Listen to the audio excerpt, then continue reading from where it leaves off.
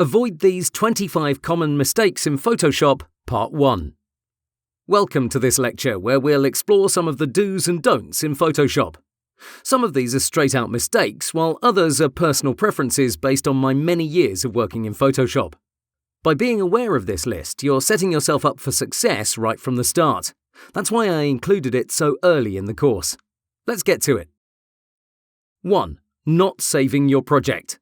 You create a new document and you get to work. You spend 10, 20, 30 minutes, yet your project is still called untitled, meaning it's not saved somewhere on your drive. If your power goes out or your system freezes, guess who's going to curse the computer gods? My advice to you is to create one layer, then immediately save your project. 2. Using Show Transform controls. This is an option beginners love to use. You can find it here in this top panel, and its role is to show you this rectangle through which you can resize your layer. Most people use it to see what they're working on, but my advice is to gaze at the Layers panel occasionally and cut any distractions from the canvas. Usually in web design you have to focus 100% on your layer and your layer's edge, not on any additional fluff. Plus, to resize it, just use Ctrl-T. 3. Working on a single layer. This happens mostly to people who like to draw. If you're using one or only a few layers in Photoshop, you're not taking full advantage of the program. It also makes your mistakes much more expensive, since they will most likely affect your entire composition. Be smart. Use multiple layers. 4. Selecting the entire canvas by mistake. You want to increase your speed, but you press on the wrong keys. By being zoomed in, you're not seeing the edge of the canvas and you don't realize you've made a selection. That doesn't sound so bad until you realize that most actions you'll make won't give you the expected result. My advice is to check your canvas edges for these marching ants. That's what they're called in the industry. And if you see them, hit Ctrl-D. Now Photoshop will behave normally. 5. Not understanding pop-ups. When you open up a window in Photoshop, say this one, you can use none of the tools from this left panel until you close it. Same goes here. You may move this window to the side and think, hey, let me change the opacity. Guess what? You can't do it until you close this pop-up. 6. Using auto-select is another thing beginners love to do. You enable it from this top panel, and by checking it, you can select any layer right from the canvas by simply clicking it.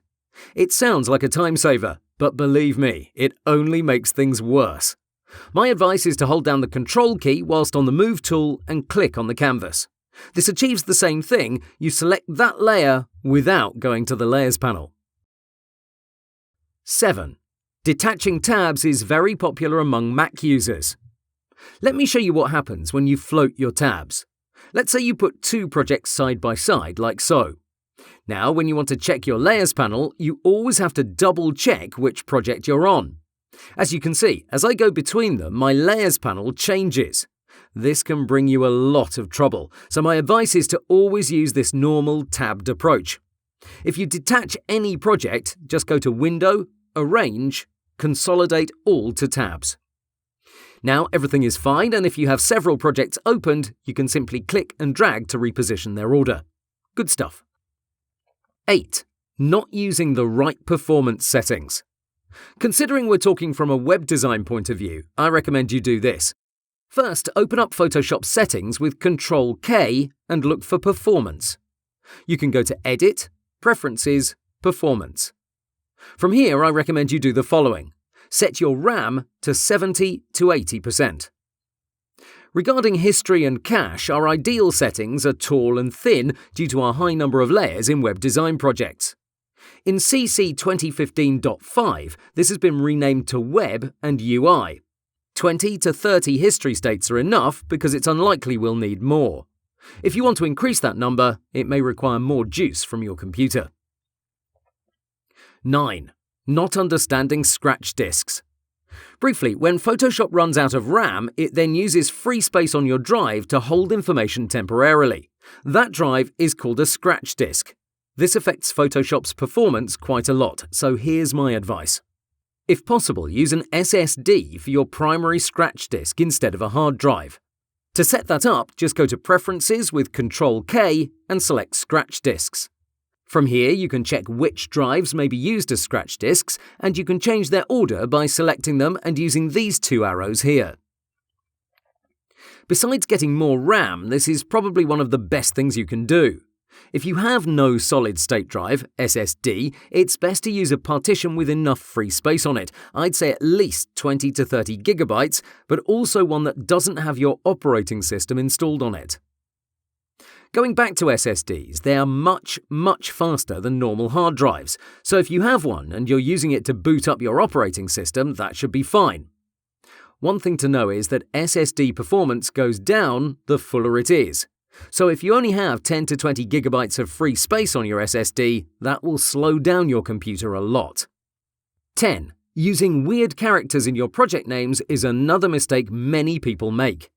It's not always a tragedy, but it may cost you your file. So when you want to save your PSD, you'll go to File, Save As. In this new window, your file type should be .psd. Now, regarding your file name, it's best you not use some of these symbols. That's bad practice and you're looking for trouble. Even full stops or periods aren't a great idea, as this might change your file's extension. 11. Using inappropriate units of measurement. I've already mentioned this, but it seems to be an epidemic, especially when it comes to your fonts. Because we're on the web, use pixels. That's the standard unit of measurement. Some people use points, but those are best used for printing. My advice, stick with pixels everywhere. 12. Moving layers with arrow keys. Say we want to move this object more to the right. We get our Move tool, and then what? Well, normal designers simply drag the layer to where they want to move it to. Quirky people do this. They hold down the right arrow key and they move it pixel by pixel.